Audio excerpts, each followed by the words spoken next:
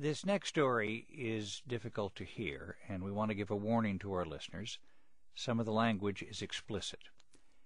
Female genital mutilation is an ancient rite in sub-Saharan and North African countries. Many Muslims in that part of the world wrongly believe it is dictated by Islam. In recent decades, the practice has spread to immigrant communities in Europe, and women activists in France have led a campaign to prosecute those responsible for excisions performed on young girls. The United Nations now considers the procedure a human rights abuse.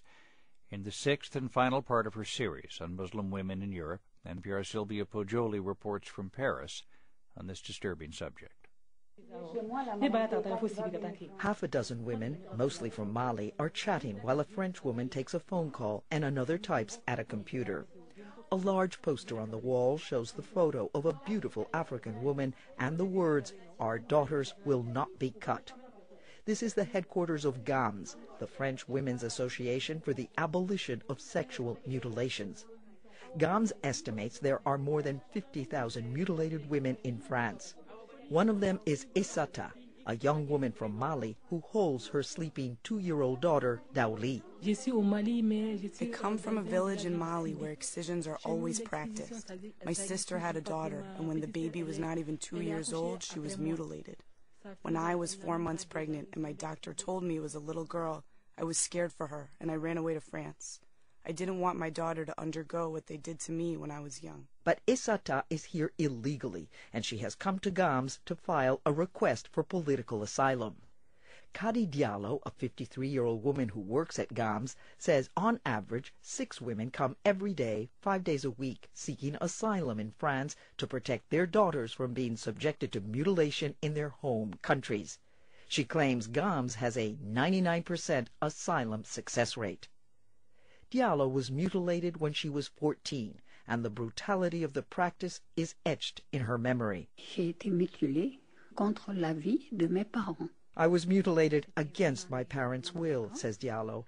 It was during the summer visiting my father's family in a village near the capital, Bamako. In Mali, it's the father's relatives who decide everything in the family. And Diallo describes how several women held her down as one of them inflicted excruciating pain. Supporters of female genital mutilation say it dampens a girl's sexuality and protects her honor. Diallo says she can't even begin to list the psychological traumas she has since suffered. They cut off my sex, says Diallo. It was as if they cut off my finger. They took away a piece of me. They imposed customs of a society where it's not permissible for a 14-year-old girl to remain intact. In most cases, the excision involves the removal of the clitoris and minor labia. The most extreme form is infibulation, where the vaginal opening is stitched closed. Often, knives or razor blades are used in unsanitary conditions. The result is scar tissue that not only makes sex difficult and unpleasurable, but can also create complications for childbirth and long-term infections. There is such a strong taboo against sex that girls often learn they were mutilated at an early age only when visiting a doctor, says Diallo, or after their first sexual experience, when their boyfriend says, "You're not normal, you're not like the others." Female genital mutilation is alien to the great majority of Muslims in Europe. But GAMS claims there's a growing number of fundamentalist imams funded by Islamist movements from abroad who preach that removal of the clitoris is endorsed by the Quran. Women activists here have enlisted rap singer Bafin Kool to help convince poor and uneducated immigrants to stop mutilation, saying the practice is backward and harmful.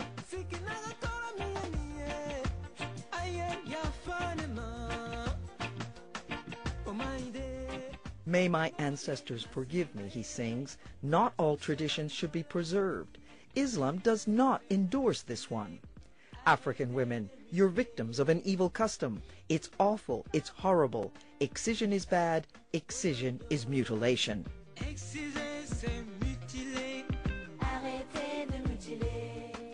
The producer and distributor of Bafin Kool's CD is lawyer and human rights activist Linda Weil-Curiel. The aim of the mutilation is to deprive the woman of her own sexuality. she is only left to be a baby maker. Vaille Couriel is the person most responsible for making France the leader in tracking and prosecuting both perpetrators of female genital mutilation and the consenting parents. Representing the interests of the child victims over the last 15 years, Vaille Couriel has been involved in most of the 40-odd trials that have led to convictions. She says clitorectomies have all but been eradicated in France, but the tragedy continues. Families started taking their daughters to their homelands for summer vacations, so she and other activists go to schools. But it's not easy, she says, to warn children about the risks. And we are there saying, beware, be very careful, because your parents are planning to send you over, and this is what will happen. And each time you have 2 or 3 girls, you can observe tears running down on their face. So you know that in the family, if it is not for them, it has happened. But last year, the law was toughened. It's now illegal for any girl who lives in France to be sexually mutilated, whether it happens in France or not, whether the girl is a citizen or not.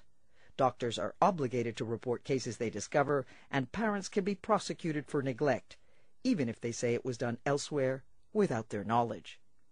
Silvia Poggioli, NPR News.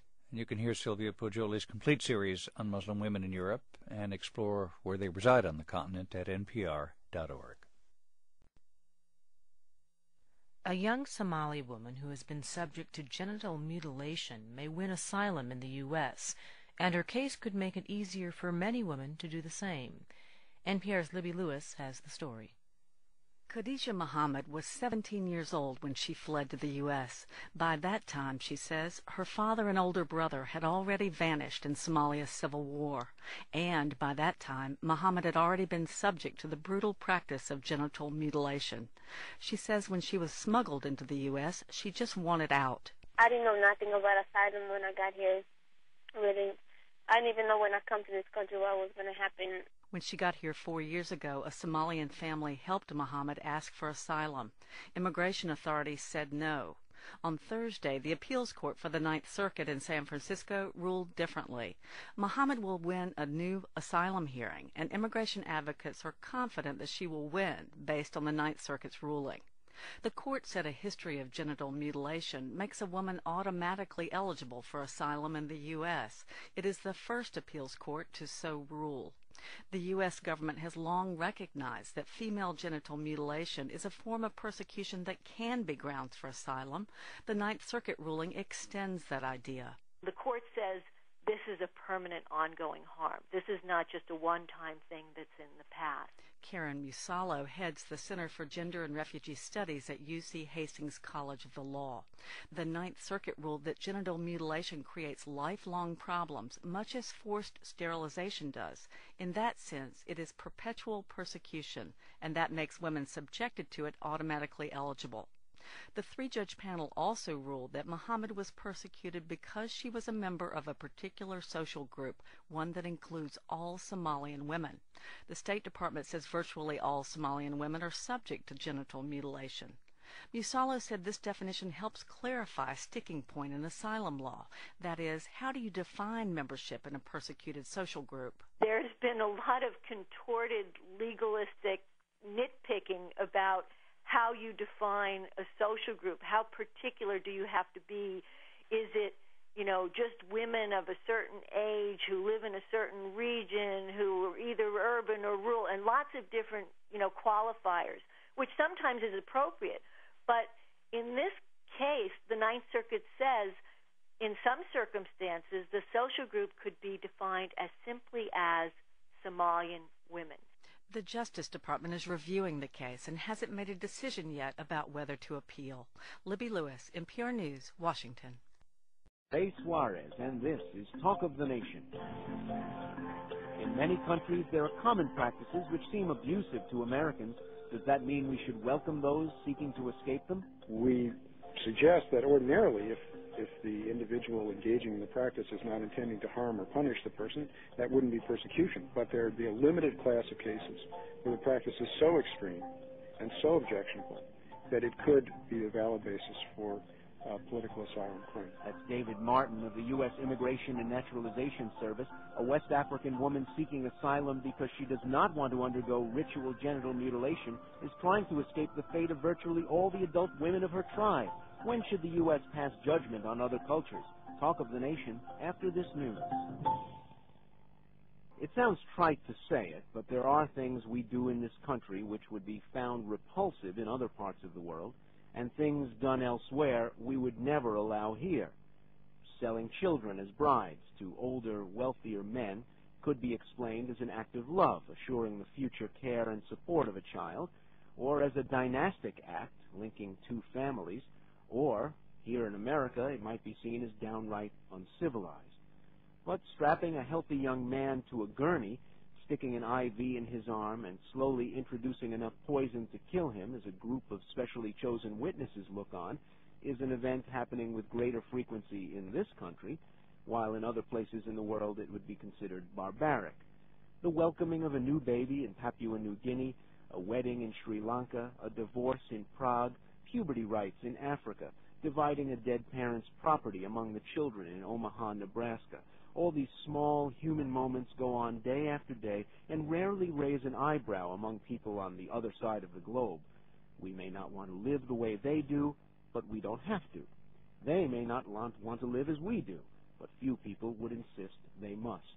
But the case of Fauzia Kasinga, a young Togolese woman who fled West Africa rather than face ritual genital mutilation, puts Americans in the position to judge another country's cultural practices. Kasinga entered the United States illegally and has asked for asylum here because of the nature of what awaits her back home in Togo. If American magistrates decide she can stay, is that basically a ruling that what is a common cultural practice is so horrible that the United States sees fit to protect someone from it? If Fauzia Kasinga is sent home, is this country determining that what foreign societies do to individuals is an internal matter and not an appropriate judgment for the U.S. to make? Soraya Mireille is an independent filmmaker who would like to see women work to end the practices such as ritual genital mutilation in their own home countries. Welcome to the program, Soraya. Thank you.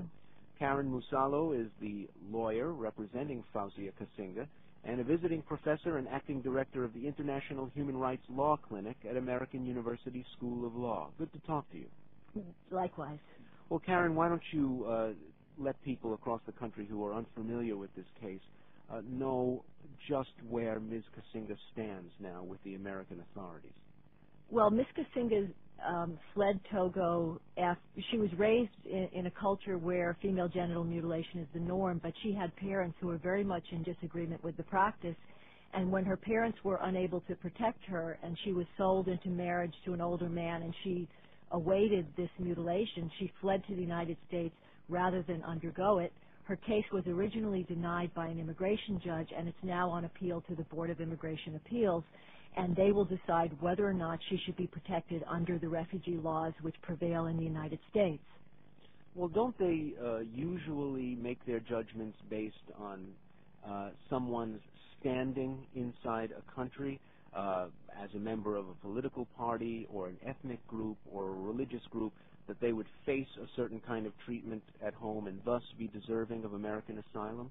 Well, what an individual has to show to be deserving of asylum in the U.S. is that they face a kind of harm which we would characterize as persecution, and that persecution is inflicted for certain beliefs or statuses which we believe worthy of protection, and they are, the most commonly known and understood ones are race, religion, nationality, and political opinion. In other words, harm that's inflicted on people because of their religion or because of their nationality, those individuals would be deserving of protection.